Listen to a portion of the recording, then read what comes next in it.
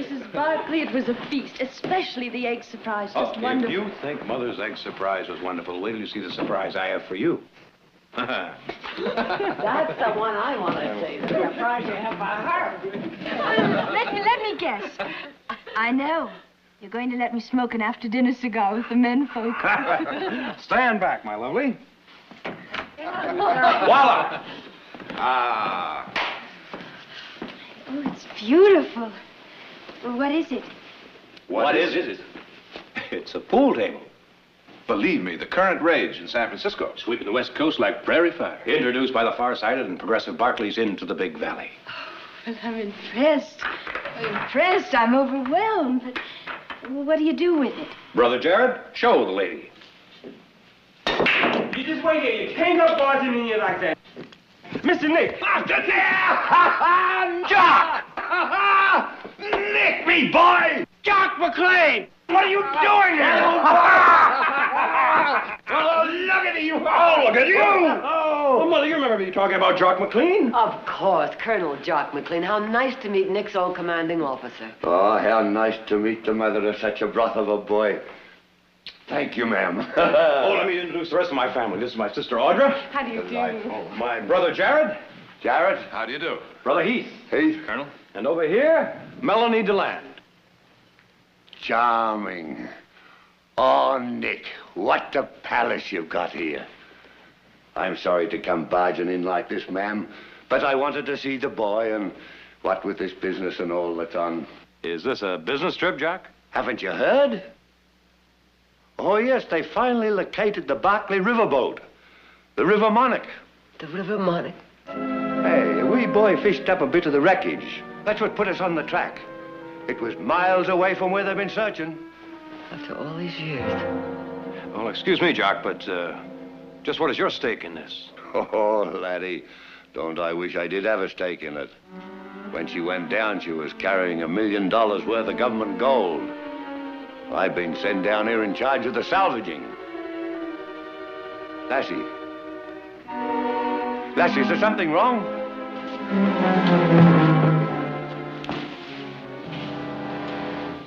Melanie. Melanie. Hi, Millie. I'll see you in, huh? No, I'm all right, Nick. It was just too much of a good meal. Well, now, you better be fully recovered by Sunday. I don't think I can make it through that picnic all by myself.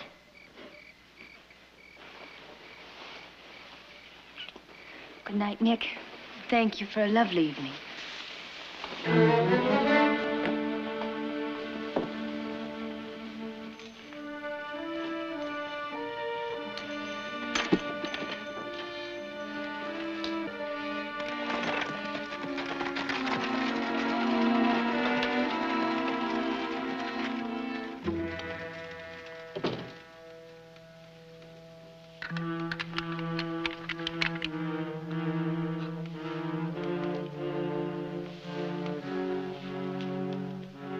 Please.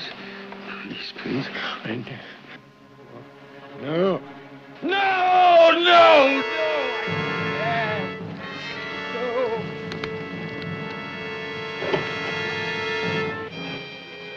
No!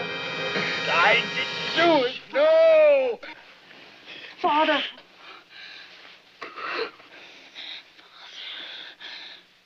Oh, baby. Baby. I had one of those dreams again. It's all right. My father. Is something wrong, baby? Father, they found the River Monarch. Are you sure, Melanie? An army officer came to the Barkleys tonight. He's in charge of salvaging. The gold. The gold. We've got... Get hold of Peter Doolin. At once. Tell him to call a meeting of the circle. I know, baby. I thought thought it was over, too. I prayed to God it was over.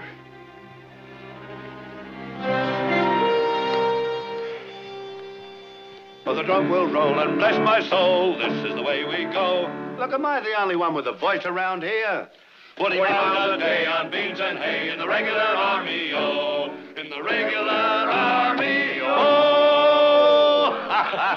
We sang that song all the way through the wilderness campaign. Aye, the wilderness campaign. Wasn't that when you first joined the 48? It was, and the first time I saw you, you were sitting on a tree stump. Behind a tree stump, hiding from the enemy. Ah, you were sitting on that tree stump, nursing a mini ball you just got in your leg, and the same time you were threatening the regimental surgeon with slaughter if he didn't fix it in time for the advance. Days of glory, eh, boy?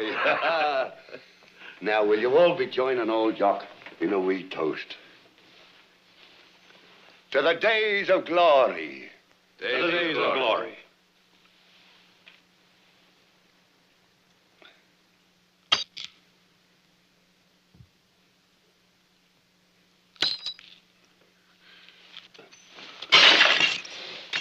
So you remembered, lad.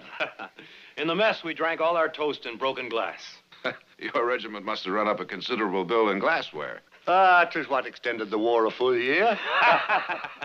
And with that, I think I will say good night. Aye, it's about that time. I'd better be moving along, too. Oh, nonsense. You and Nick must have 1,000 things to talk about. You're staying with us, of course. Oh, no, ma'am, I couldn't. Nick, you take care of it. I will. Well, gentlemen, I have to be in court early in the morning, so table's all yours. And I have 1,000 miles of range defense. Have a good game, Jock. Good night, lads. Good night. Ah, it's good to see you, lad. Good to see you. Colonel Jock McLean. The fighting is... Jock's no more a colonel, lad. I'm sorry, Jock. It's just hard for me to realize you being anything else but a colonel. Ah, well, you have me permission. But it didn't take 'em long, after the fighting was done, to pull me back to my regular rank. Lieutenant Jock McLean. Oh, they should have promoted you to a general. They don't want fighting men in the army today, lad. Pink tea sippers, handy with the ladies, good at small talk in large drawing rooms. That's what rates for promotion today. Ah, well. Old Jock will be retiring in 6 months anyway. Ah, to hang with all that. Nick, lad, tell me about that lovely lassie. Is it serious with you, too? Might be if I don't watch myself. I wish I was a lad again. Melanie DeLand. Now, why would that name be so familiar to me? Her father. Her father's Cyrus DeLand. He used to head up the Barkley shipping line. Aye. The Army report on the ship sinking. That's where I must have run across the name. Ah, think of it, laddie. $1 million in gold sitting on the bottom of a river. An old Jock in charge of hauling it up and getting it back to the government. And when it's all done, Nick, out of sheer gratitude, if not merit, now wouldn't you think that they'd be retiring me, well, at least a captain, on a $60 a month pension instead of 40? $20 extra. It gives a man incentive.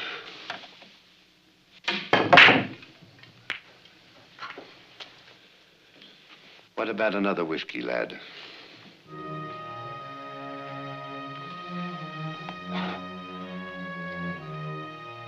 I have a bitter taste in my mouth.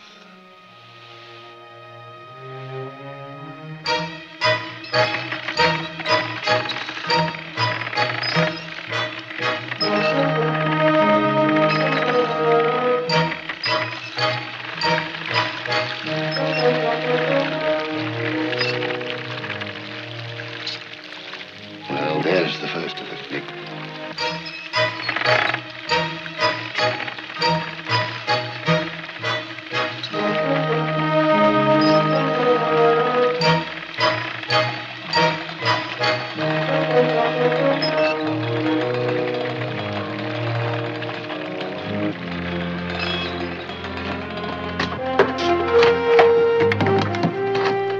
Break it open. perfect, lad. Has there ever been a man alive who hasn't wanted to see what a ton of gold looks like?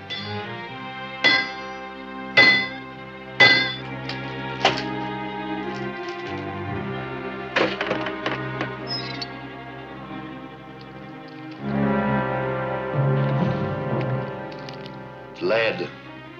Plain pig lead. Lead.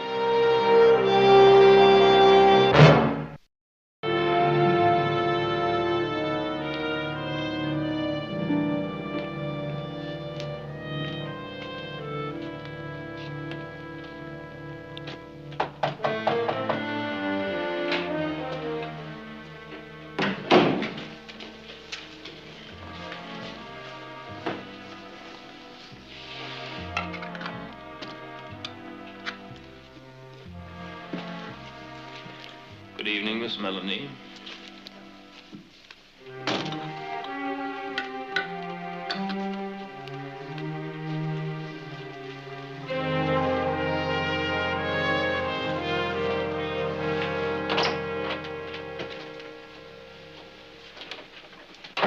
Gentlemen, it's been a long time.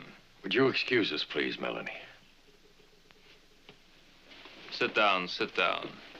Our last little gathering was the night before the River Monarch started her ill-fated journey downstream. Now it seems the anti-ganglings of some misbegotten boy have brought her ruin to life. Isn't there anything to drink? Help yourself. You seem to be taking it cool enough, Mr. Doolan. Do you expect me to become hysterical over something that happened 8 years ago? This is a hanging proposition, Mr. Doolan. Aside from the gold, 23 men went down with that ship. We knew from the beginning there would be risk. That was war. But I'm not sticking my neck in a rope for a cause that died long ago. Then I suggest we find a scapegoat. Somebody has to hang. Who shall it be? Cyrus? Anson? Anyone care to volunteer? Oh, you're out of your mind. Who's going to put a noose around his own neck?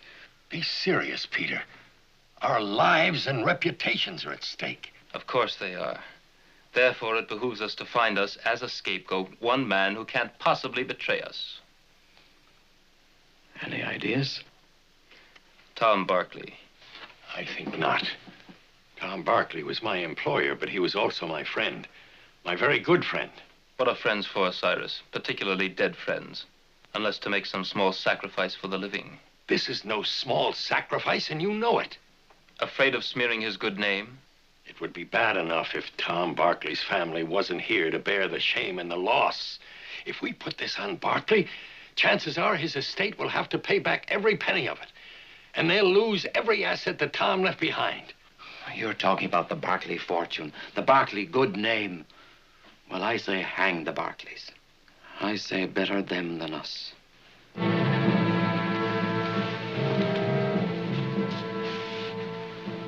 Gentlemen. Mr. Doolan, how do we go about it? That's the beauty and the simplicity of it. Gentlemen, you have a distinguished journalist in your midst. One Peter Doolan. A few discreet items in the paper should help us all rest easier.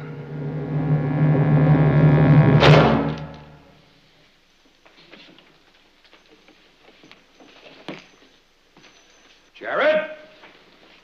Jock! What is it? Read this.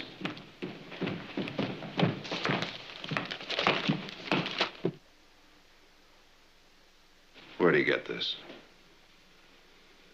He stops just about 6 inches short of the biggest liable... Short? Read on. He practically accused his father of sinking the River Monarch himself. You were supposed to keep this quiet pending investigation. There were workmen on the salvage crew that day, and heaven knows how many others who knew what we were looking for.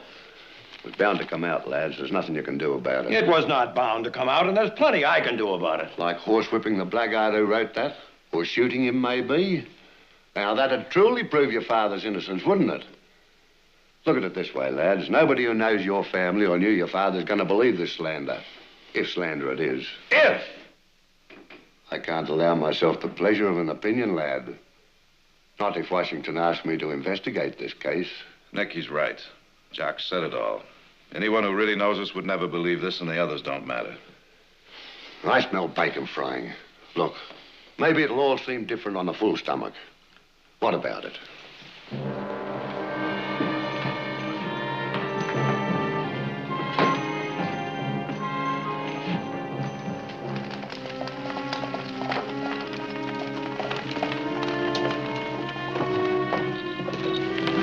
Minnie, how are you?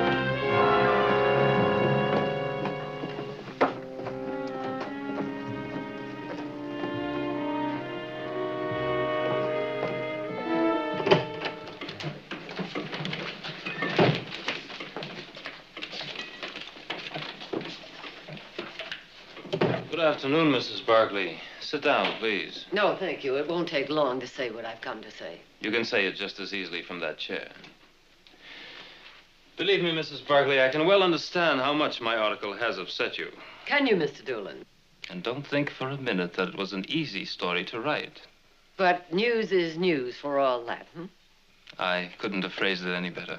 Just as you couldn't have phrased those lies you wrote any better. Mrs. Barkley, believe me, it was certainly not my intention to accuse your husband of stealing that gold. A good friend of mine, a woman I've known many years, a woman who came to my wedding, just passed me by on the street without saying hello. Now, I'm sure that was not your intention, Mr. Doolin, but that is what happened. You're being melodramatic, Mrs. Barkley. I wager that secretly half the people in town envy a man with the initiative to steal $1 million from the government. And not that I'm suggesting your husband did such a thing. Aren't you? Mrs. Barkley, if you've ever read the masthead of my paper, you might recall these words. The truth, no matter where it leads, no matter who it hurts.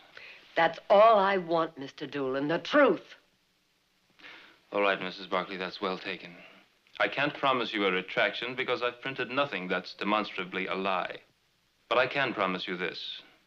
From here on in my paper, you'll read only the truth. The provable truth.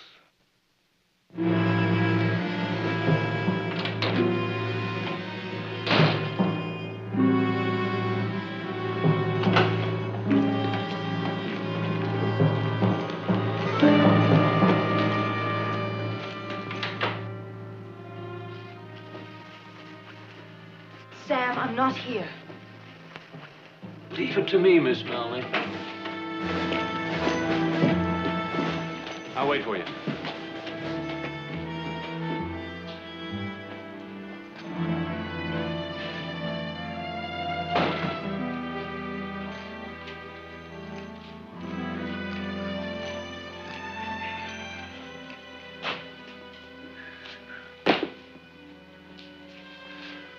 Oh, Sam?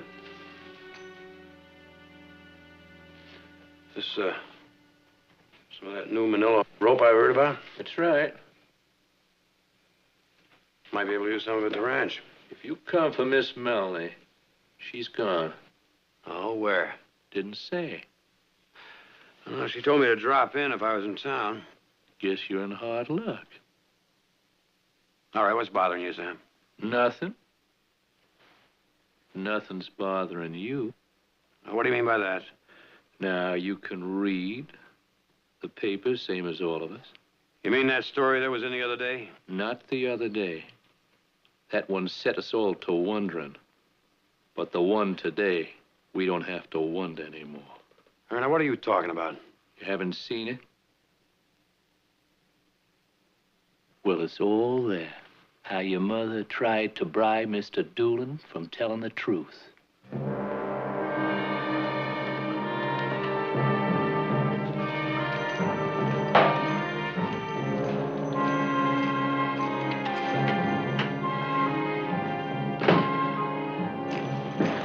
Come on.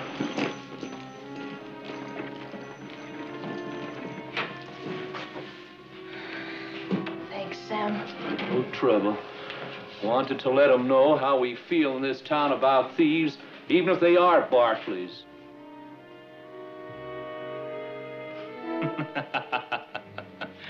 Be fair, the Lady pleaded, for the honor of my dead husband is at stake. Just between ourselves, Doolin, did she really try to bribe you? Dear friends, would I malign that lovely lady? Clothe my naked villainy with odd old ends, stolen forth of holy writ, and seem a saint when most I play the devil? Richard III, Act 1, Scene 3. Well, Doolin, you are very versed in the classics. I find a reference handy when referring to rascals, Mr. Barkley. All right, Doolin, spell it out. You're not so shy in print. Name your rascals. If the sins of the fathers are truly borne by their sons... Come on, Doolin. Don't be so touchy, dear boy. It isn't every man who can boast of a parent who got away with a cool million in government gold.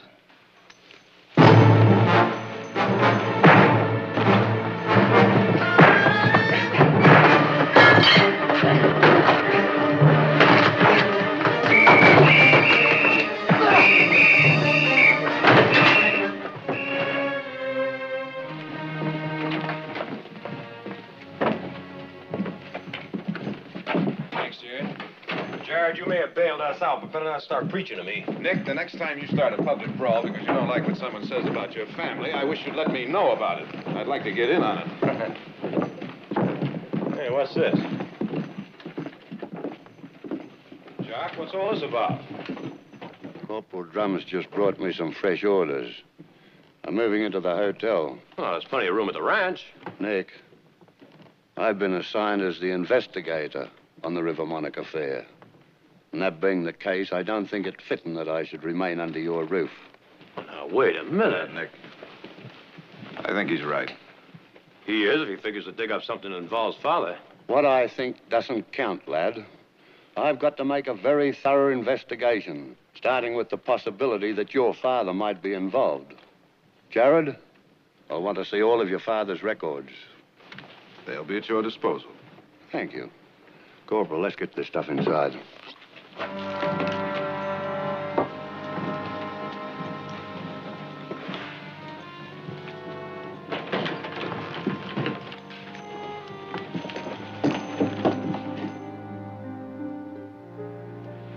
What about this? All right, Jock, I can't account for this $70,000 deposit. But 70,000 isn't a million. I know it's far from a million, but there are others. What about this, and this, and this? There's absolutely Well, you can nothing... indict our father for being a bad bookkeeper, Jock, but that has nothing with... Look, I'm just an old soldier trying to do a job. You quite certain there are no other records? None that I know of. I know what this must look like to you, Jock. You see, my husband, when he died, had business interests in 5 different states. Factories, lands, mines, gold, silver, copper. You see, business in those days was done during dinner, or out riding, or hunting, or at the club. A contract was drawn up on a paper bag, and between men of honor, no contract at all. A man's word was his bond. I'll accept that, but if it's possible that your husband might have earned that $1 million and not account for it in his books, it's also possible he could have stolen it and not account for it in his books. No, just a minute, Jock. Now, look, there's another thing, too. The ship never sunk because of an explosion in a boiler room. There was a blasting device planted in a cargo hold. You're talking about murder, because 23 men went down with that ship, and that, Jock, that my husband could have been no part of. Not for 1 million or 10 million or 20 million. Well, I didn't know the man. I did. There was a young boy in my regiment, Corporal Philip Talbot. Ah, broth of a boy. Fearless. Went down fighting. 6 bullets he took. His beautiful young wife. Ah, she mourned him something fierce.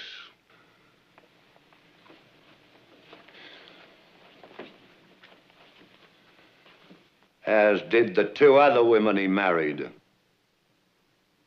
I'm sure that all 3 of Talbot's wives thought they knew their husband, too. I'm dreadfully sorry, Mrs. Barkley. I haven't completed my investigations yet, but it's my duty to inform you, if my findings go against you, that the government has decided to commence legal proceedings against your husband's estate for $1 million. Good night.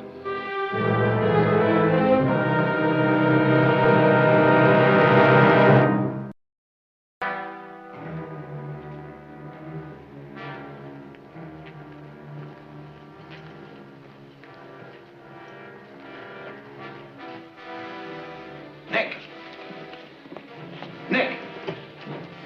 Come on down here.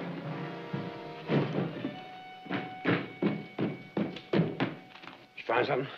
Now, nothing conclusive. But according to this, there were others right here in Stockton who had access to that gold and a motive to steal it. The Knights of the Golden Circle. They're Confederate sympathizers. Now, in the 18 months prior to the end of the war, there were about a half dozen small shipments of gold that were ambushed.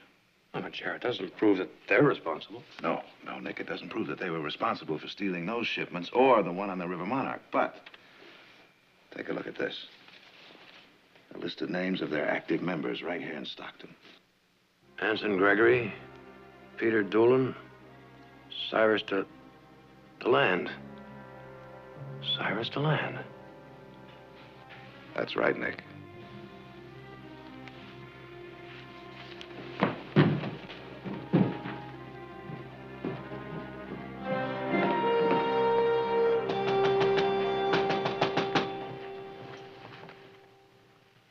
Nick, it's late. Now, Melanie, you got better manners than to talk through a door.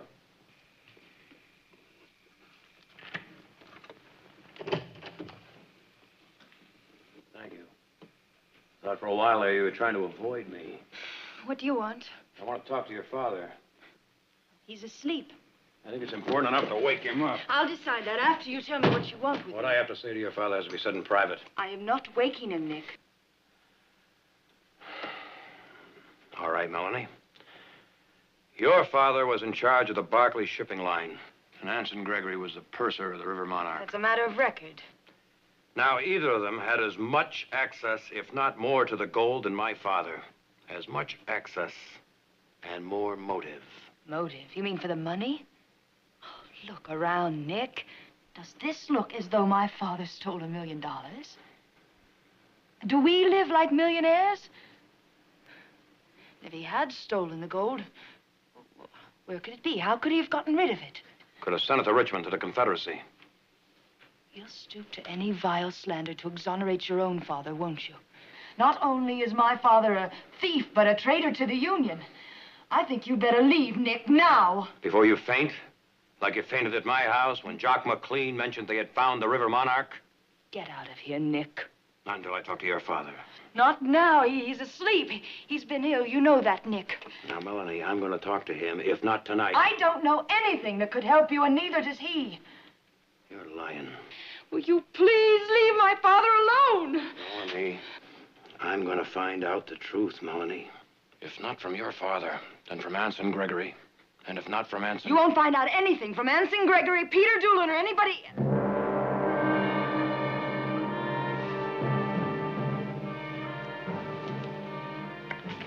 No, I didn't even mention Peter Doolin. Get out of here. Get out! Get out, Nick! Get out! Get out!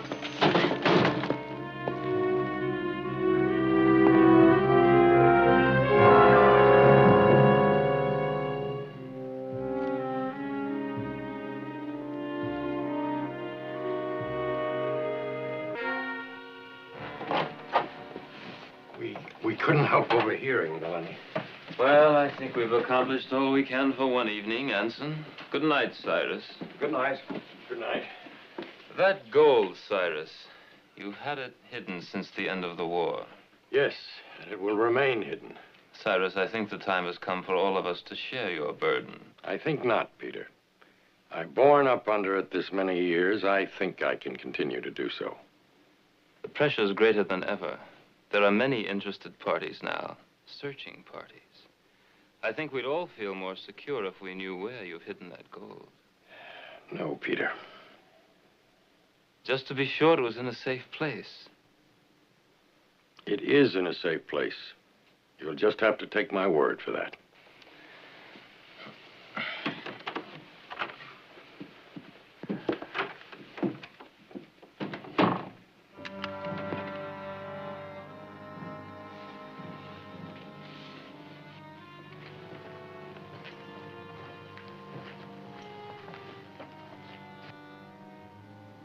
I made a mess of everything, haven't I, Millie? Oh, baby, baby. baby. We're at a crossroads, Anson. We can sit tight, live in the hope that Melanie's love for her father is greater than her love for Barkley. Or we can remove temptation from her path. Remove Nick Barkley? There'd be no chance of her saying anything to a dead man.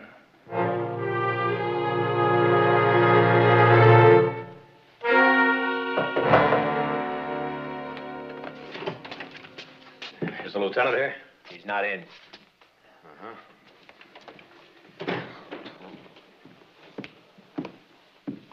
Jock, I want to talk to you.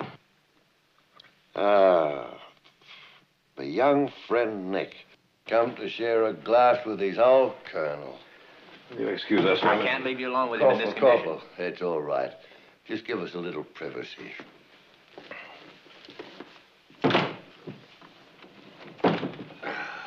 Jock, I've got to talk to you about something now. It's very important. Nick, just give me a moment. Give me a moment. Corporal! Corporal John! Cold, wet towel. Jock, this is very important. It's important. I presume it's about the gold. The gold. The gold. That's important, all right. Bless you, Corporal. Bless you.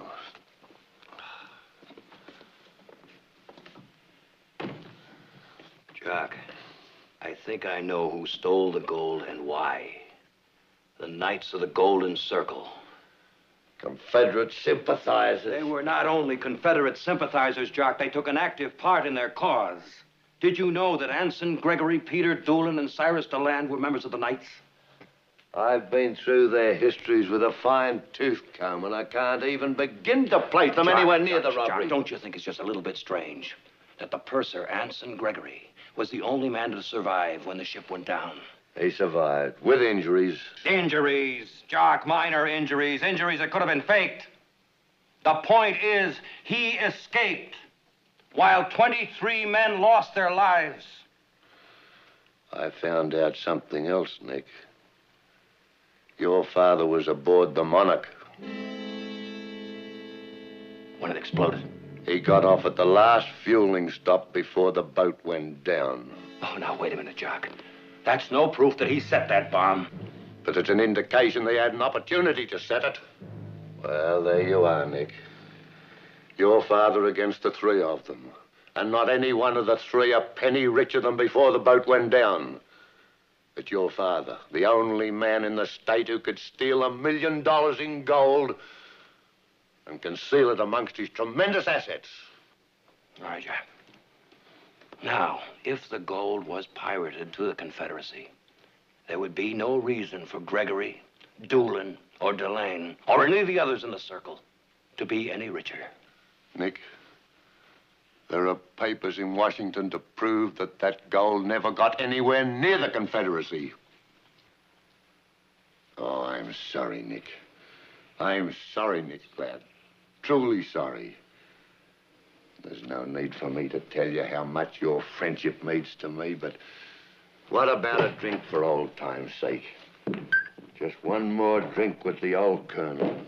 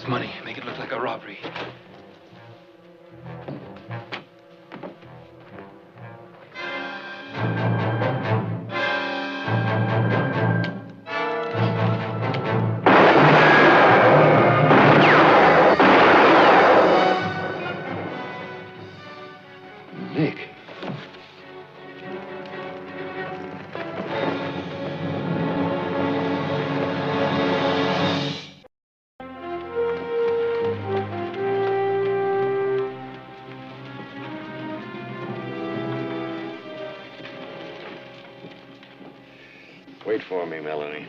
Father... It's gone far enough. Too far.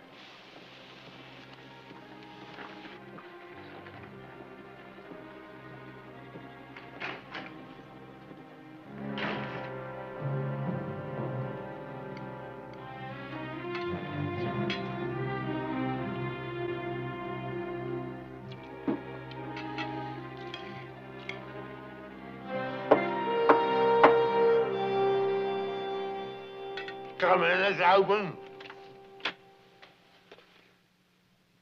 Lieutenant McLean, I'm Cyrus DeLand. I have a story to tell you. Well, come in.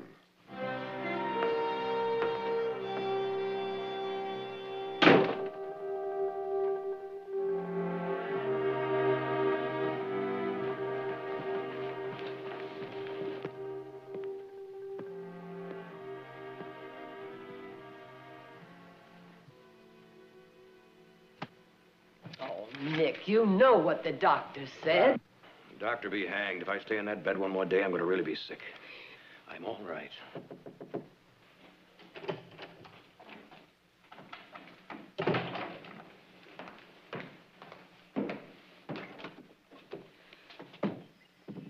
I'd like to see Mr. Nick, Silas. It's Miss Melanie, Nick. May I come in?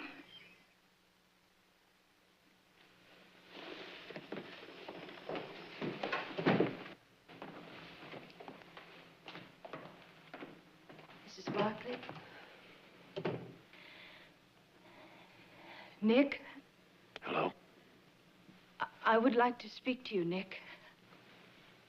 I'll get some coffee. Thank you, Mrs. Barkley.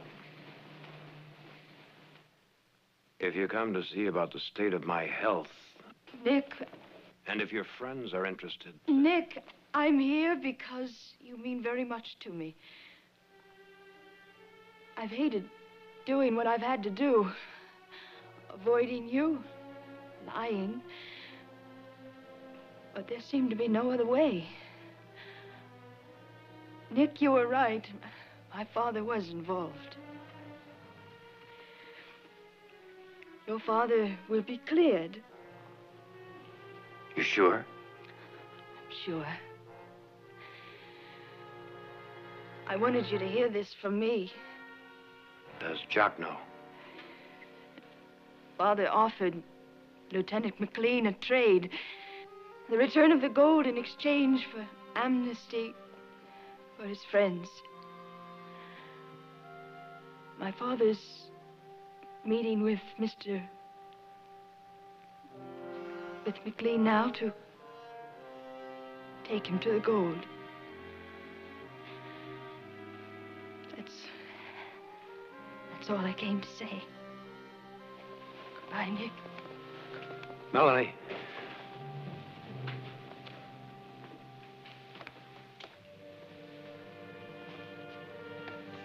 I would have acted the same way if my father's life was at stake. I even risked losing someone I cared very much about just for his reputation.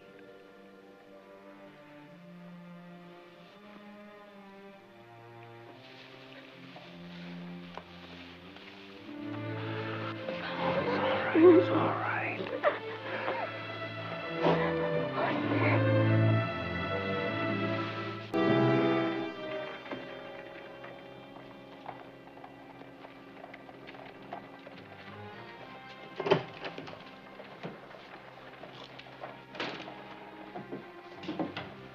Sorry for the delay. I'm ready to leave now, Mr. DeLand.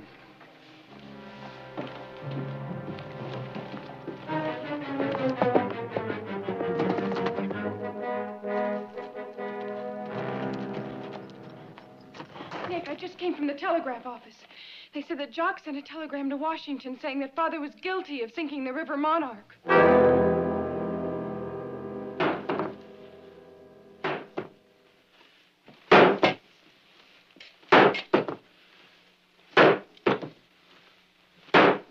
Are you quite sure nobody else knows the gold's here? No one. Not even your daughter? Especially not my daughter. She had enough of a burden without knowing where the gold was hidden. I don't know how you managed it. One man and $1 million worth of gold. I substituted the chests one by one in the warehouse and brought them here. Tom Barkley was my friend. He took my word that the chests loaded on the River Monarch were filled with gold.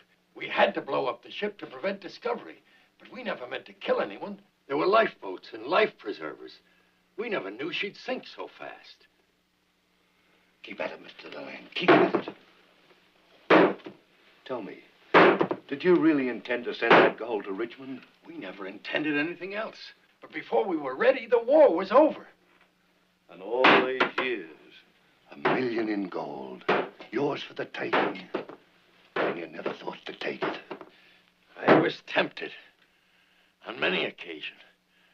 Tempted and urged by the others.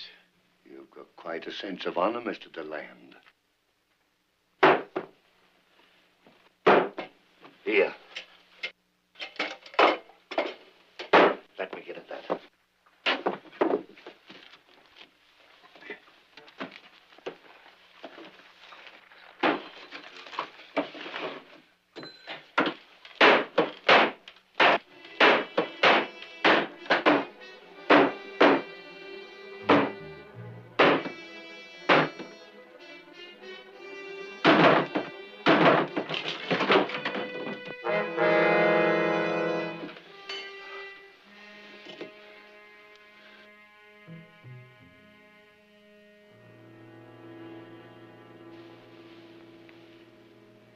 Yes, Mr. Deland. You do have quite a sense of honor.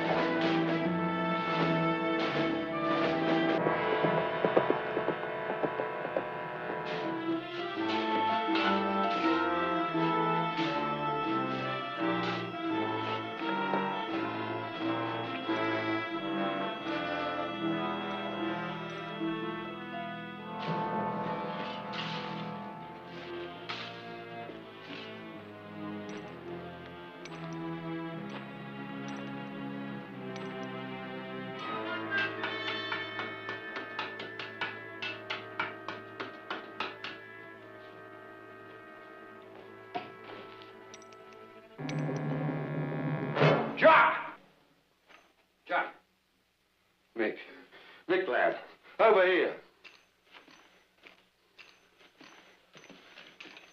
What happened He's here? dead. He's dead, all right. A trick. That old man. Who would have thought it? He tried to do me, and he did. Luckily, Jock was quicker on the trigger. He's not even wearing a gun, Jock. The shovel. He planned to bash out the few brains that all Jock's. What about the...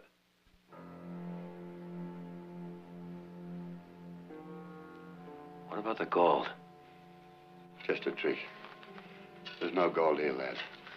Coal, stone walls, and a few rats.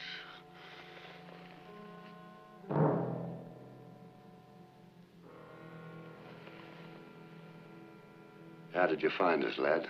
The old man said that... The old man had nightmares, Jack. Nightmares about gold and mines. So, Melanie thought it'd be a good idea if I checked out the mine. So did I. Well, it turned into a dead end. Whew. Let's get out of here, lad. I'll send my man down to look after the body.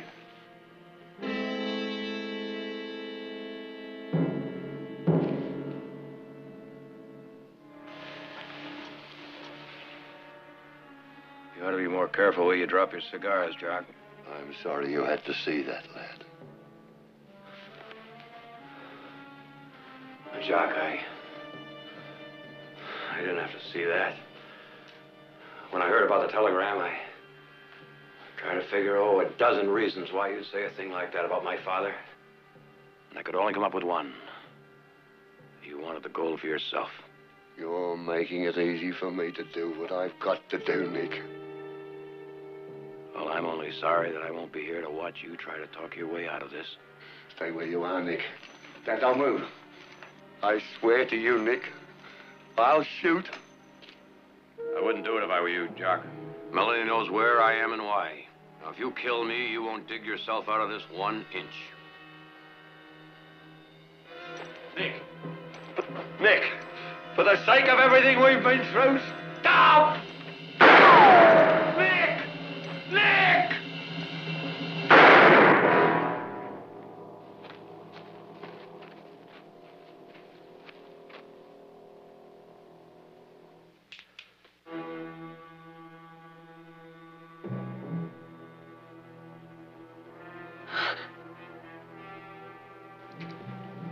Days of glory.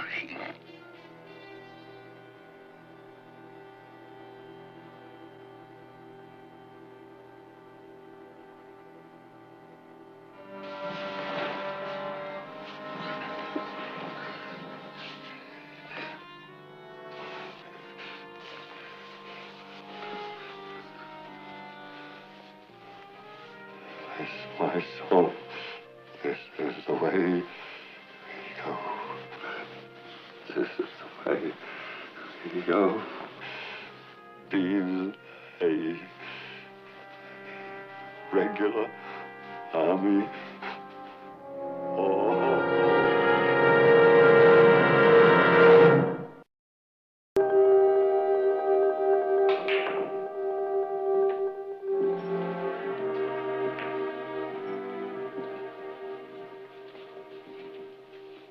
How's the arm, Nick? A little stiff. Here. Maybe this will help loosen it up a little bit. Jock told me once the Army was his whole life. He joined when he was 16, gave it 30 years of service. 30 years of honorable service. I wonder if that'll account for anything at the court-martial. I don't know, Nick.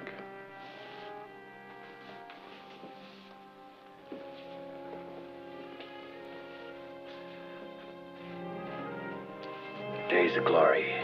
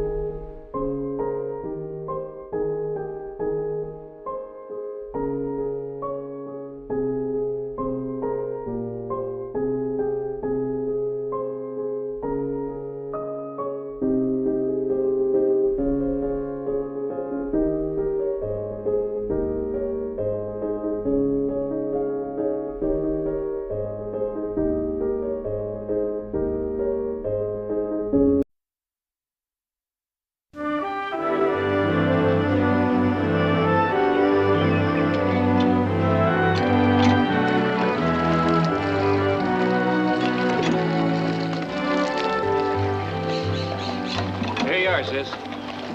Oh, thanks, Heath. You shouldn't have bothered. I could have saddled in. Well, I had to saddle mine anyway. I'm going to go to town. Wouldn't ride too far in this heat, though. You'll melt. Oh, I'm just going down to the swimming hole for a swim. Well, that's a good idea. If I didn't have to go to the bank, I'd go with you. I'm glad you can. Otherwise, I'd have to take my bathing habit.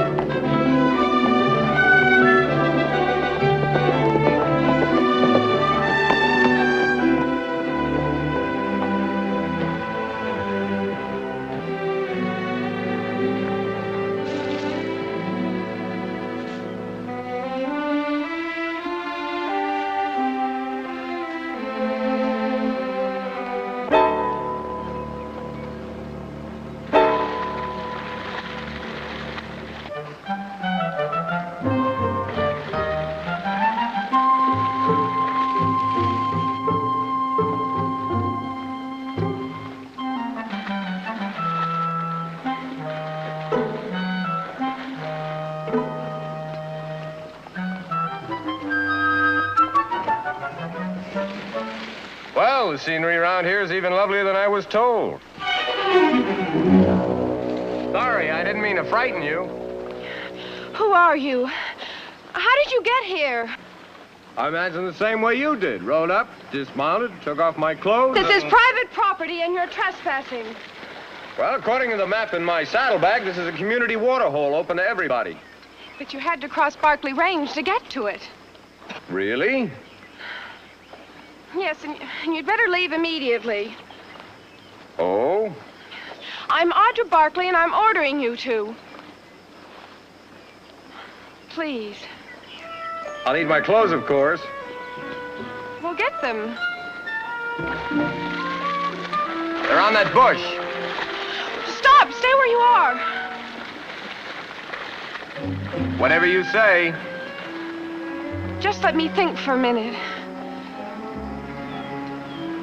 I'll tell you what. I'll trust you. You just close your eyes and I'll get out of the water. Don't you dare!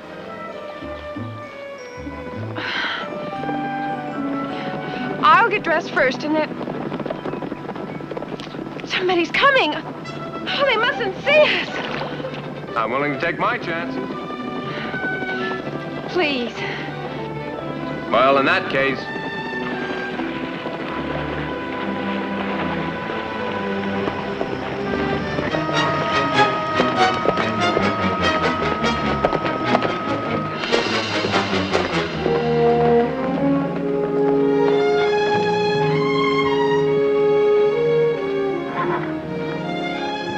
Down about a foot. Mighty low for this time of the year. All I can tell you is last year this time, this whole area was fine pasture. Now look around. Not enough to feed one head, let alone a herd.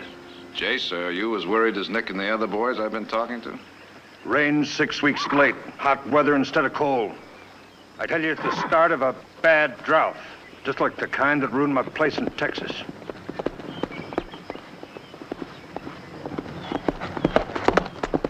Jared? What's wrong? Drought scares brought on a panic. Run on the bank this morning, cleaned it down to the last penny. It's closed its doors. All the cash I had was in that bank. All the cash anybody had was in that bank.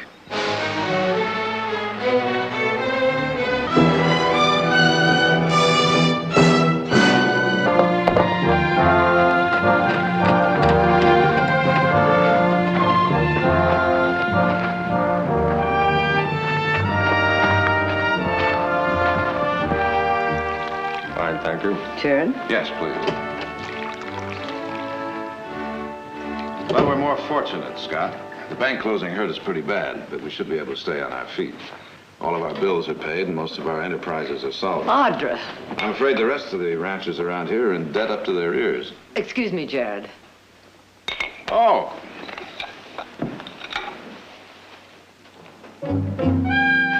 Mr. Breckenridge, I would like you to meet my daughter. Audra, this is Scott Breckenridge. At your service, Miss Audra. Audra. I think Mr. Breckenridge and I have met before. Yes, I have the same feeling. Where was it? Let me see. I remember. Paris.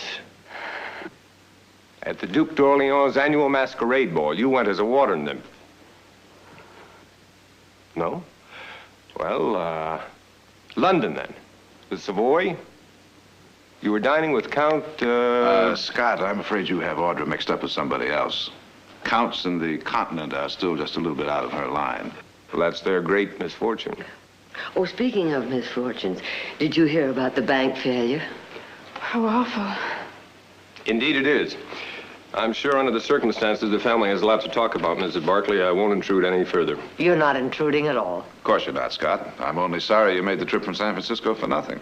Not necessarily for nothing. There's a lot of money to be made in bad times as well as good. If your offer to show me around still holds, I'd like to stay in town for a while. It certainly does. Why don't you meet me here for breakfast in the morning? We'll get an early start. I'll be here. Thank you for your hospitality, Mrs. Barkley. We look forward to seeing you tomorrow morning. A pleasure meeting you, Miss Audra. I hope we bump into each other again sometime. I'll see you to the door.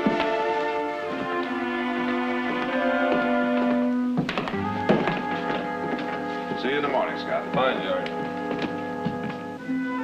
Scott Breckenridge. Is he really as successful and brilliant as they say? Well, they don't call him the Midas Man for nothing. Everything he touches turns to gold.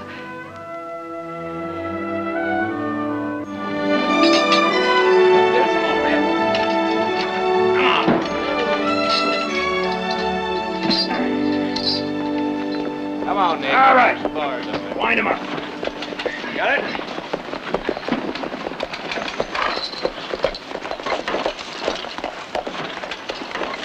Morning, boys. Morning, Nick. Heath? Morning. What can we do for you? That the new feed we've been hearing about? Timothy and alfalfa. Best quality I've seen. That store's longer than the other two. I was going to try some till yesterday. Me too. Now I haven't even got the price of a month's ordinary feed. Well, the bank's closed and didn't do any of us any good. We just talked to Fred Jefferson at the bank. He don't know when the bank is going to reopen. If we could get loans on our herds, we figured it might tide us over. We can't keep going without supplies, Nick. That's why we come to you Barkleys. Well, we got some extra supplies, but not enough for all you boys. That ain't what we mean, Nick. We ain't asking for a handout. We was hoping maybe you'd make us a loan. Enough to get us through till the herds are sold.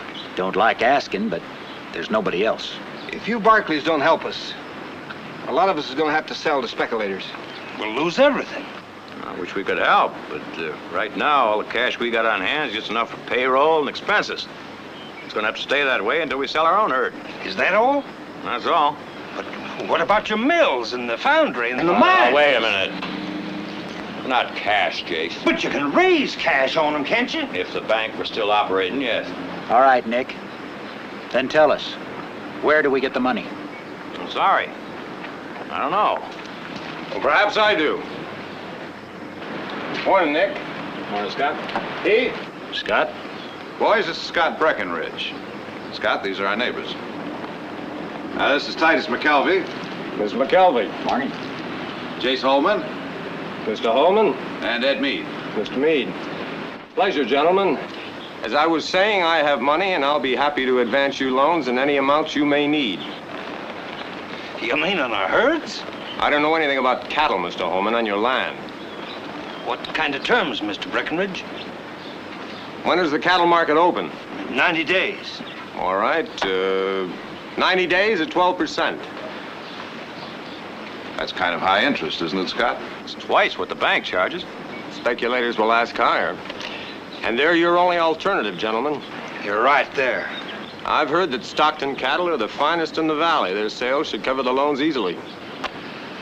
With the drought getting worse, I wouldn't count on cattle for paying off any loans. You know, you could lose a whole herd. Remember what happened the last drought? Nick's right, boys. Scott here is a personal friend, but I'd advise against taking him or anyone else up on short-term loans under these conditions. You ain't hurting for money. Jared's got a good point, gentlemen. There's a lot of risk involved in short-term loans for everyone. Guess it's pretty much of a gamble either way, Mr. Breckenridge. If you're willing to risk it, so are we. You got a deal. Good. Jared, would you draw up the necessary papers? Boys, I'm advising you against these loans.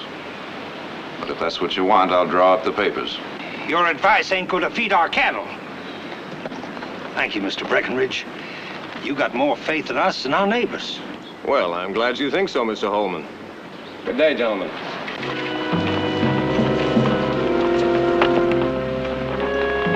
All right, boys, let's get back to work.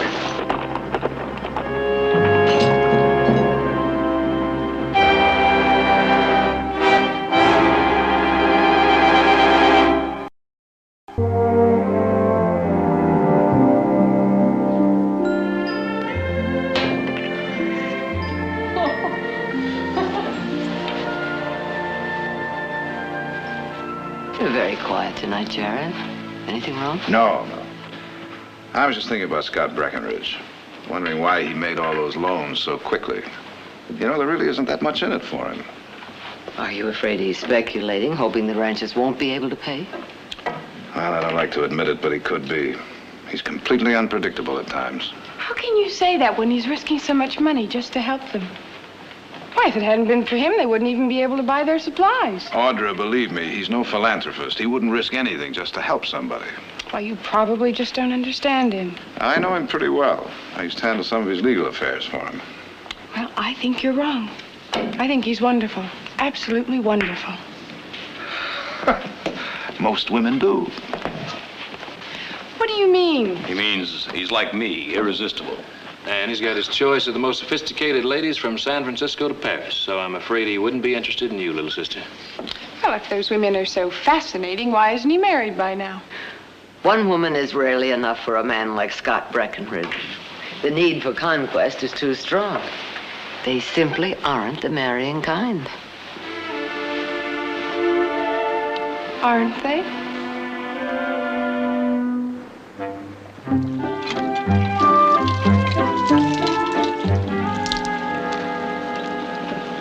Boy, howdy. Where are we going like that in broad daylight? Into town. In that dress? You're gonna get a terrible sunburn. This dress is the latest thing in Godey's ladies' book. Well, either the sun's mighty weak back east or those Godey ladies have hides like mules. Do me a favor. Tell Mother I'll be home later on this afternoon. I'll tell her. Bye-bye. You better get some cocoa butter while you're in town. You're sure gonna need it.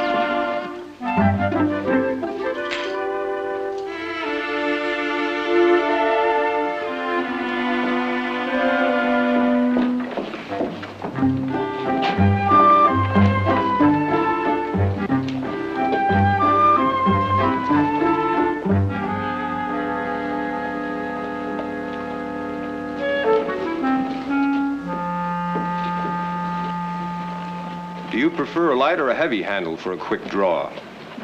Good morning, Miss Audrey. Good morning, Mr. Breckenridge. What a pleasant surprise. I was just about to say the same thing. Thank you. Isn't that one of Godey's latest frocks? Why, yes, it's called a morning dress. Yes, all the ladies in New York are wearing them now. Really? Oh, they're considered to be the height of sophistication. That one makes you look at least 16. I'm well over 16. Well over 16, you don't say. You're impossible. So I've been told. Well, what brings you to town on such a hot day?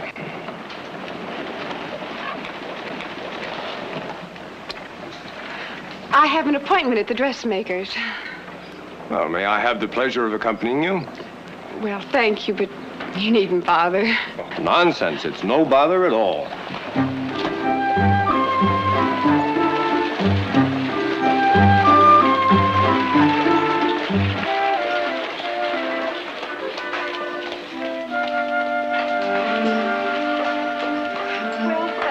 You really needn't take me any further. Well, I've seen you this far. I'll see you to the door.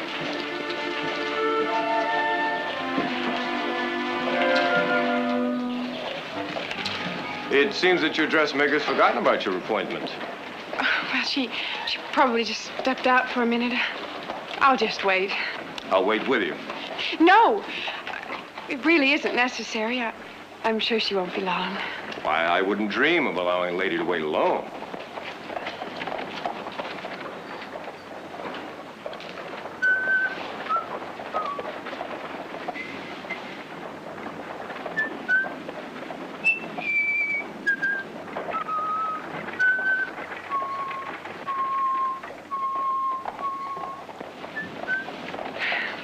It's awfully warm, isn't it? Indeed it is. Maybe my appointment's for next week. I mean, I might have gotten them mixed up. Really? Yes, I don't think I'll wait any longer. A wise decision. Inasmuch as your plans have changed, Miss Audra, perhaps you'd like to have an ice with me at the hotel. Why, thank you, Mr. Breckenridge. You don't think I had an appointment at all, do you? I suppose you think I came all the way into town just to see you. Yes, I do. And I'm glad you did. I'm glad I did, too.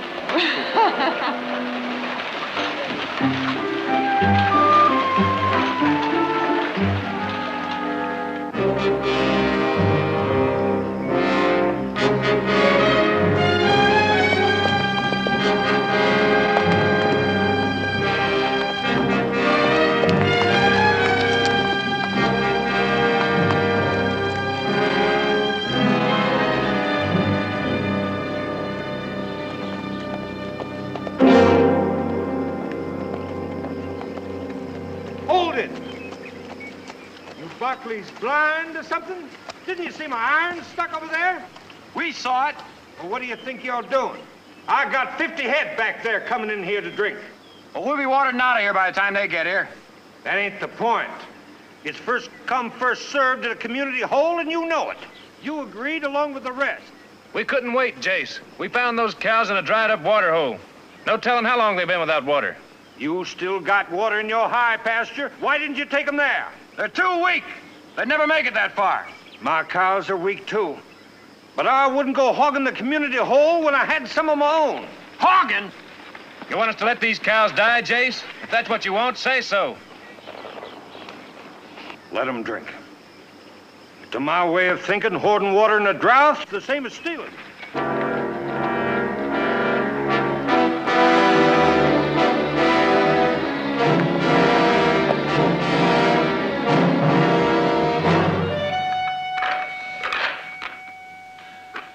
Well, how about a game, Heath?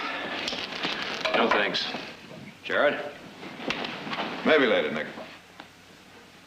Come to think of it, I don't feel too much like playing either. And when I got to Paris, I discovered he taught me Italian. Oh, God. Hello, everybody. Sorry I'm late, Mother. We were beginning to worry. Worry? We're about to send out a posse. My apologies, Mrs. Barkley. Audra and I met accidentally in town, and I was so engrossed in her company that I completely lost track of the time. We were only concerned about her driving in the dark. Thank you for seeing her home. Not at all. Well, as long as you're here, Scott, why don't you stay for dinner? Oh, yes, Scott, please stay. Well, if I wouldn't be intruding, I... Not at all. We'd love to have you. I'll tell Silas to sit another place. Sit down, Scott. Can I get you brandy? Fine. The mother? No, thank you. Well, what's the latest on the drought situation? Getting much worse. All the little water holes around are pretty well dried up, and the ranchers are using one community water hole. That's not working out too good either. Nick and I had a little run-in with Jace Holman today. Well, it takes courage to handle adversity. It's a quality I greatly admire, but often find most lacking when the chips are down. Well, you must figure the ranchers have courage, or else you wouldn't have made the loan. On the contrary, Heath, I think they don't. When the going gets rough, I think they'll fall apart. And then you'd acquire a great deal of valuable land without having to bargain for it at auction, right? Exactly. Well, I disagree with you, Scott. I think the ranchers around here have more than enough courage. Then I get my money back with interest. Either way, I can't lose. That's a pretty cold-blooded attitude, isn't it? A cold-blooded attitude is a necessary part of my Midas touch. As I remember, Midas came to regret his golden touch. It killed everyone he loved. I shall try to profit by his mistakes, Mrs. Barkley. Dinner's ready, Mother. I hope you like chicken Creole, Scott. Silas prided himself on it. As of the moment, it's my favorite dish. Nick?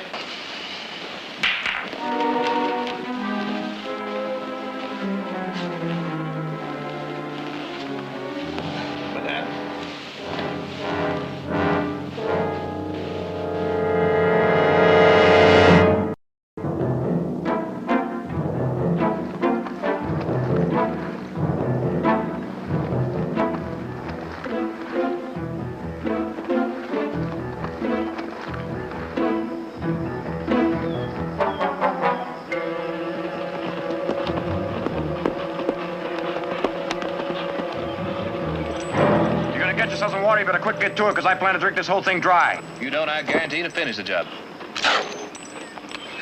What's the matter? Sulfur. Oh, well, now that's all we need. We bring sulfur up through. Sounded like dynamite. Yeah, right over that rise.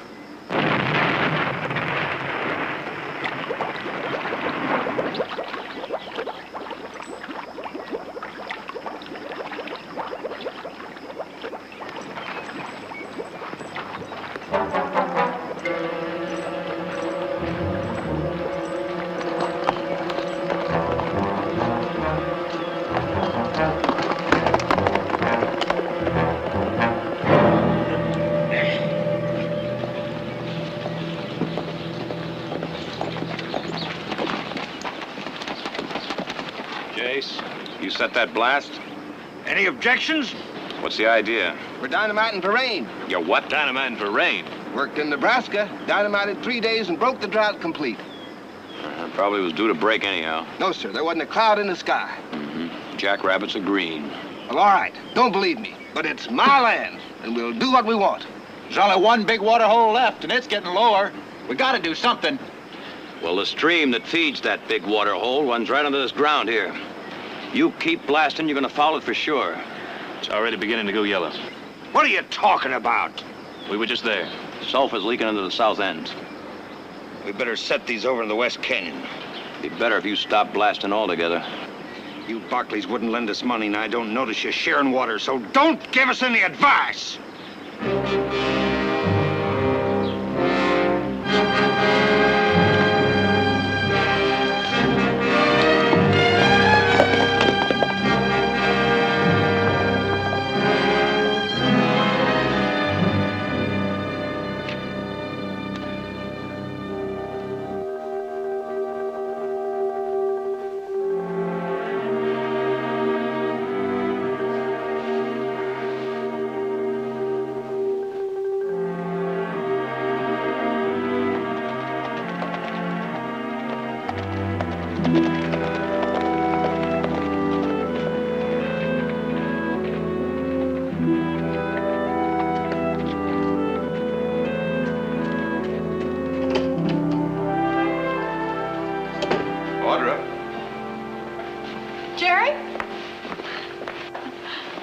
Say, young lady, wasn't that your horse I saw tied up in town today? Well, it may well have been. Why? Well, usually when you're in town, I can expect a visit. And then the extreme pleasure of taking the prettiest young lady in Stockton to lunch. Well, I appreciate the compliment, but I couldn't have had lunch with you today anyway. I gathered as much. You've been seeing quite a bit of Scott lately, haven't you? Yes, I have. And I'll never be able to thank you enough. Thank me? For what? Well, it's because of you that he came to Stockton. Well, not exactly because of me. He never was one to miss a business opportunity, you know. Well, anyway, you had something to do with it, and I can't thank you enough. Not nearly enough. Well, I wish I could honestly say you're welcome. Audra, how much do you think you know about Scott? Well, to begin with, he was born in New York City in 1841 of English parents. Now, that isn't what I mean. I know it isn't. Why do you ask, Jared? Well, I just don't want to see you get hurt, honey. I know Scott well enough to feel positive he'd never hurt me. You're sure? I'm sure. But thanks for worrying, Big Brother.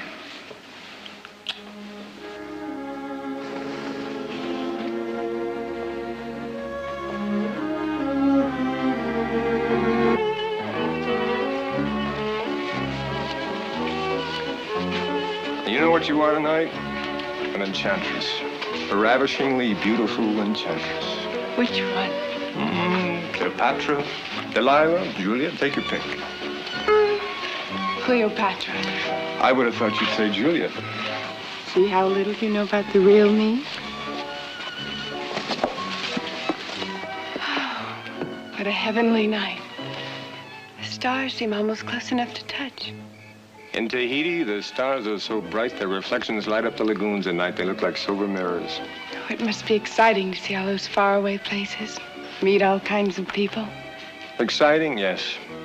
But all kinds of people are usually strangers, especially when you have to match wits with them.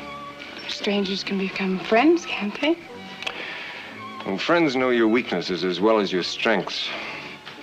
And a successful businessman can't afford to let anyone get that close. Well, if there's nobody who's close, then there's nobody who cares. Nobody to share with.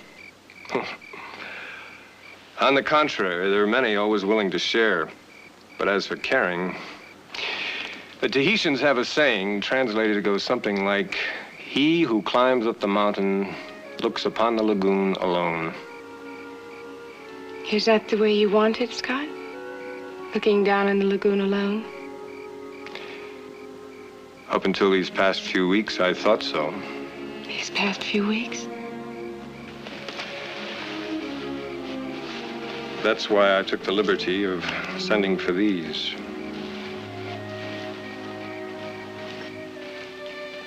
You mentioned you like pearls.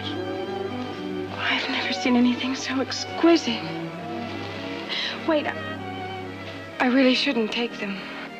Surely an enchantress isn't bound by rules of propriety.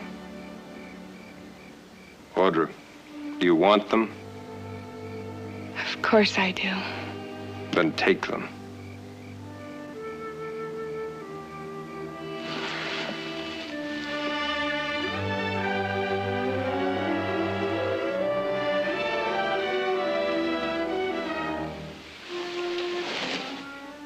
How do they look?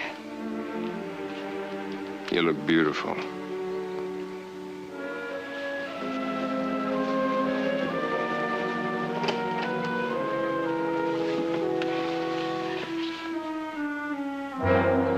It's been a wonderful evening.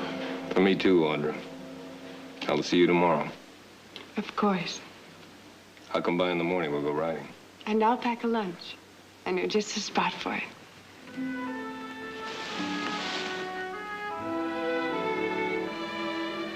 Till tomorrow.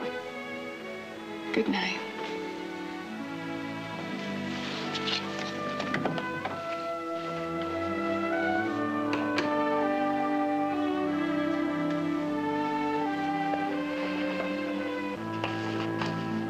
Audra? Did you have a nice time? Oh, marvelous. We danced and danced and danced and danced. Look what Scott gave me. He sent to San Francisco for them. Well, they're lovely. Is it some special occasion? I just said I like pearls, that's all. Well, I'm sure Scott only meant to be thoughtful, Now, but... Mother, I know what you're going to say. That I shouldn't accept expensive gifts. Unless they're from my fiancé. Oh, I know he's going to ask me, Mother. I just know it.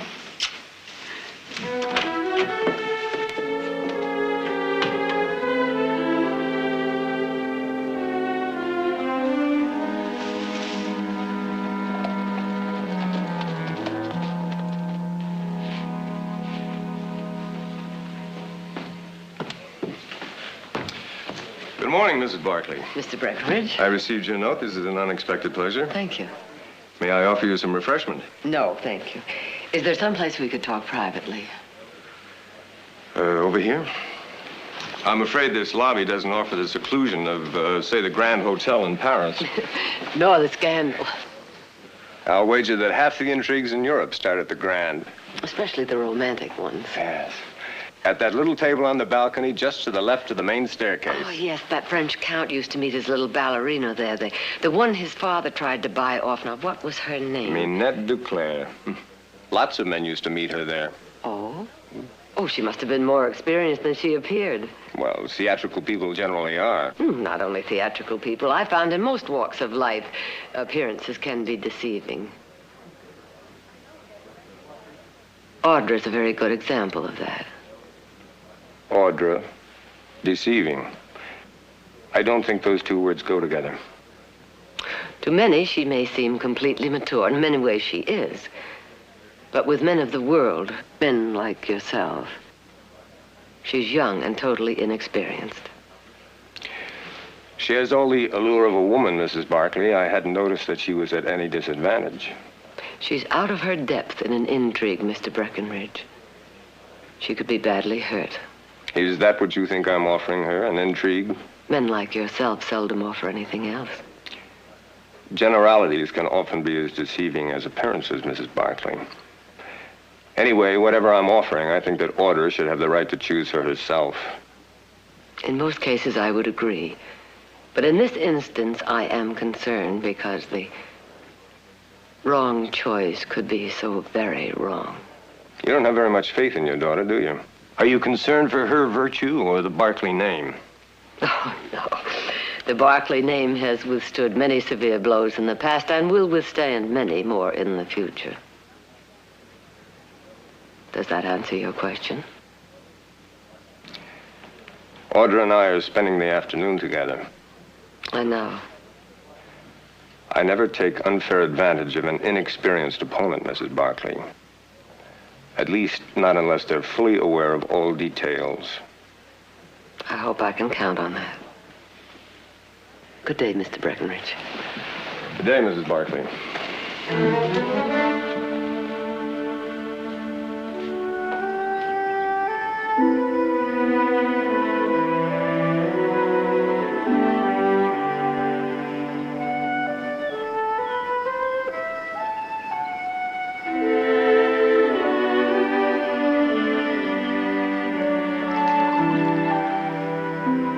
That's the last.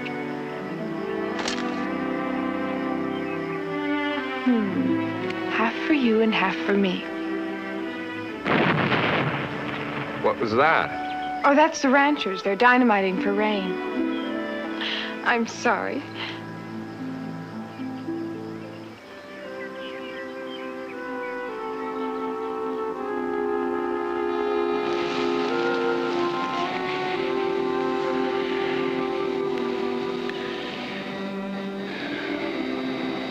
That was even more potent than the wine. How much more, Scott? So much more that when I leave here, I want to take you with me. I want to show you all the exciting places in the world. London, Paris, Rome. Make myself the envy of every man on 2 continents. Oh, yes, Scott. Yes, I'll go anywhere with you. Anywhere in the world.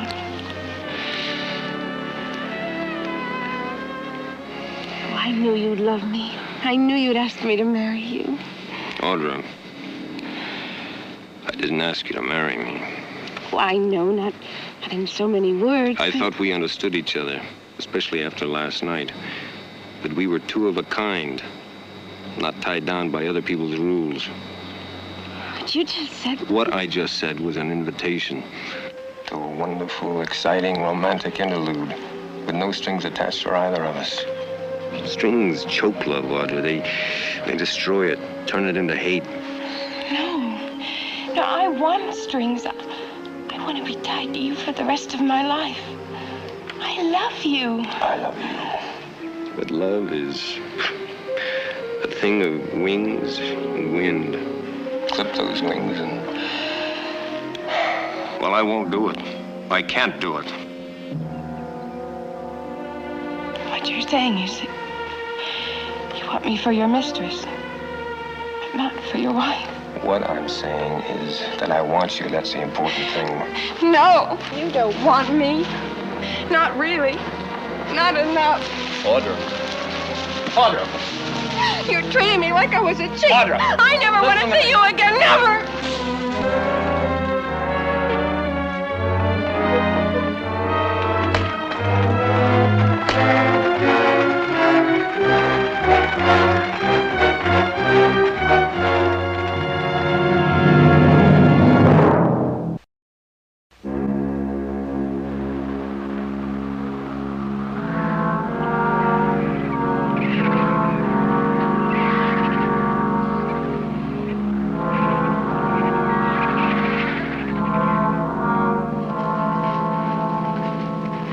Never been a drought like this since I've been in the valley. It's bound to break soon. All we need's a little time. I'm standing firm, gentlemen. I want the full amount with interest, and I want it 1 week from today when it's due. We can't pay by then, and you know it. Then I'll expect you to vacate the land. Suppose we refuse to get off. You do that, Mr. Holman. And this range will be swarming with state deputies within 48 hours. I believe that's all, gentlemen. That is till next week. You can't steal our land just because we signed a piece of paper. You ask Jared about that piece of paper. He wrote it. He's within his rights. Well, you Barkley's got influence. Can't you force him to give us some time? Not without breaking the law. Then you're saying he's right. You're on his side. Legally, yes.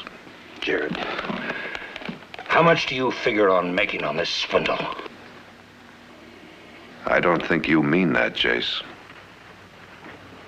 Maybe he does. Maybe he doesn't. But if it turns out it is true, you'll regret the day you ever saw this valley, Jared.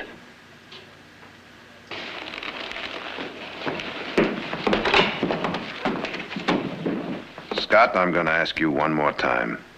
Extend those loans for 30 days at the same rate of interest. I like it the way it is. All right, then. Suppose I underwrite those loans with mortgages on the Barkley mills. That's a gallant gesture, Jared. Too bad your neighbors aren't worth it. They may be frightened men, but they're honest. And they're my friends. They have a very interesting way of showing it. And even if we could break those contracts, it would take months. All assets would be tied up, and none of the ranches would be able to hold out. He's not a financier, he's a vulture. I'm afraid you're right, Nick. While everybody else is praying for rain, he's hoping the drought will last. But just until every rancher who owes him money is beaten into the ground. Yeah. And when I think I'm the one who suggested he come here in the first place. Heard Jace Holman pointing that up in the saloon today. Jared, is there anything we've overlooked that would change Scott's mind? I doubt it. I've already taken the liberty of offering him mortgages on our mills. He refused. Apparently, he doesn't realize exactly how much losing their land means to the ranchers. Or worse, he knows and just couldn't care less. Excuse me. Where are you going? There's something I have to do before dinner. What Scott's up to is clear enough. As soon as the drought's over, property values rise, and he can ask any price he wants. I heard there's talk in Sacramento of finding a way to bring year-round water into the valley. Well, if they do, they'll have the support of every rancher in this valley, I promise you that. If there are any left around to give support.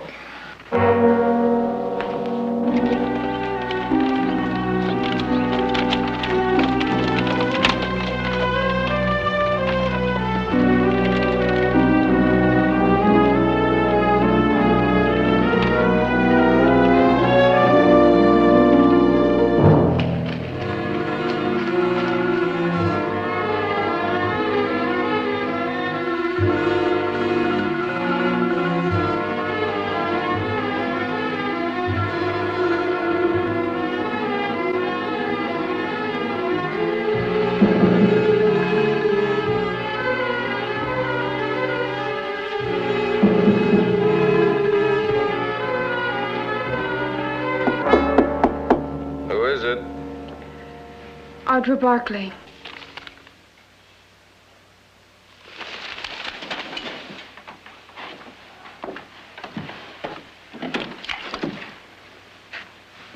Audra? May I come in? I rather thought a bachelor's hotel room was a little out of bounds by your rules. Please, it's important.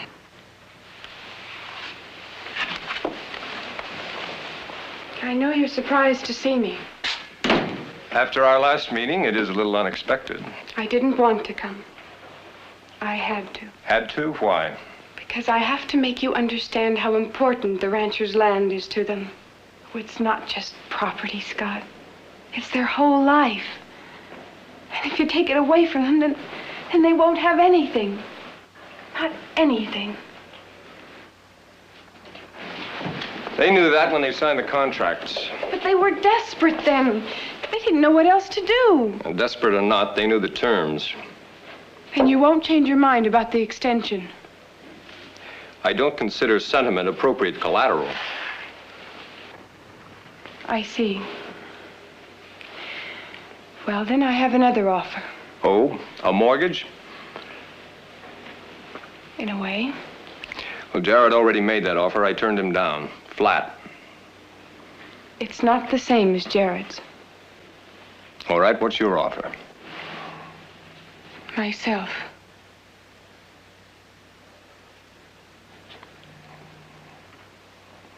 That's an interesting offer. Go on.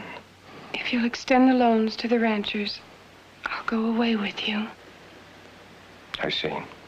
And I'll stay for as long as you want me.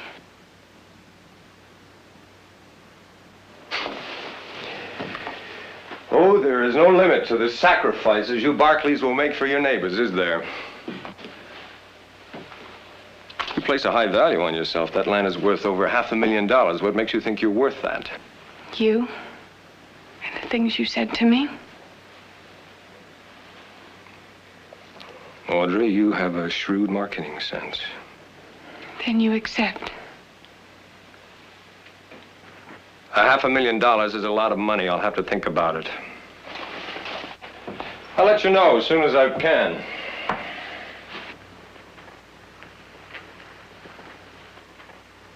You're the most despicable man I've ever known. I rather imagined you thought that.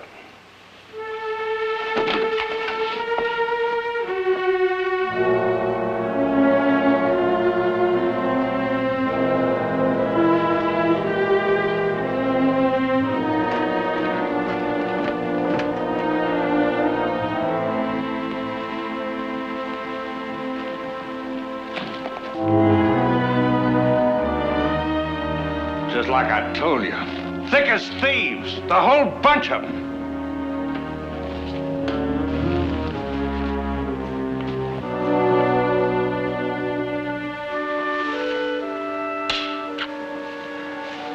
One more? No, thanks, Heath.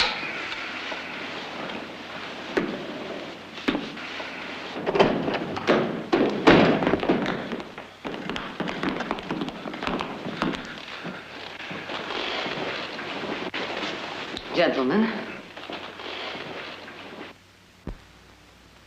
Jace, how is your wife? Fair enough. Titus, has that grandson of yours started walking yet? He sure has, Victoria. Good. Ed, I understand your mother's 70th birthday is tomorrow. I'll send her over some apple cake. I know she likes it. We didn't come here for apple cake. Or nice talk either. What did you come here for, Jace? We figured you Barkleys are in cahoots with Breckenridge on this loan deal. That's why you brought him here. Jace, you're wrong and you know it. We don't know nothing of the kind. What are you driving at, Jace? If you're not all in the same boat, what was your sister doing with Breckenridge at his hotel? What, you? Heath, let him finish. All right. We come for some straight answers. If we don't get them, we'll dynamite till every water hole in this area's fouled and there ain't a Barkley steer left alive. That won't be necessary. What do you want here? When I last saw these gentlemen, I assumed that they were on their way here, so I thought I would come along and clear the air. I took Jared up on an old offer to come to Stockton as a cover-up for my real reason for being here, which was to take advantage of the crash that I knew was inevitable. The Barkleys had nothing to do with my succeeding. They're on your side. It sure looked that way at the hotel tonight. Both Jared and Audra made offers for bargains of extensions of your loans. Audra's offer was by far the more interesting. That's why she was at my hotel. Audra has offered to go away with me. Anywhere. For as long as I want her. Why she thinks you gentlemen are worth it, I will never know, but your loans are extended. I'm accepting her offer. Audra? She's not going anywhere. You may leave now, Mr. Breckenridge. Well, Audra, did you come to the hotel to play games? Or did you mean it?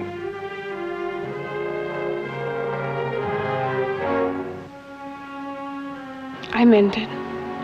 Audrey, you don't know what you're doing. Yes, I do. And not you or anybody else in this family can say or do anything to stop me. I'll pack my things.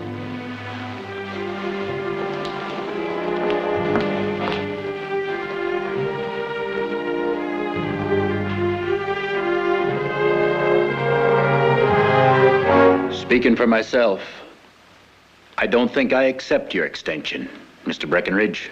The extensions are granted whether you accept them or not. Gentlemen. On the other hand, Mrs. Barkley, I have no intention of letting your daughter go through with her promise to me. I once said that I admire courage. I had never thought to find so much in one so young and so beautiful. Will you tell her goodbye for me? I will.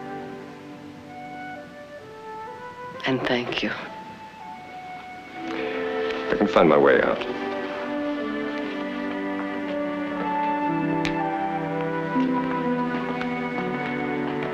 Mother, do you know what...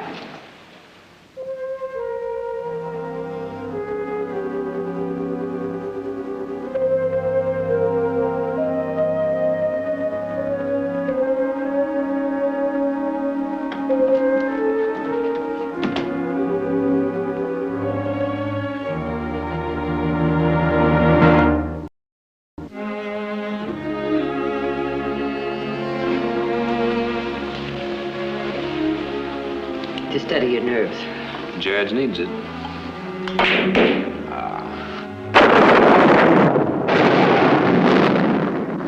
Thunder and lightning. The drought's over.